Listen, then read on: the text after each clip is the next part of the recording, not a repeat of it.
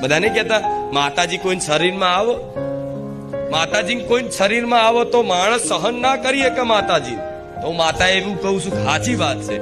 માતાજી કોઈના શરીરમાં આવે ને તો કોઈ મનુષ્ય મને માતાને સહન કરી શકે, પણ હું માતા ગાડી હોઉં કે હું મારા દીકરાને બધી શક્તિ લઈને આવું ના, એ અમુક અંશ લઈને ઉતરું, અમુક અંશ કે જેટલું મારો દીકરો સામર્થ્ય મને માતા ઝીલી શકે ને એ સામર્થ્ય આપવા વાળી હું છું, એટલું જ પ્રકાશ લઈને હું ઉતરું.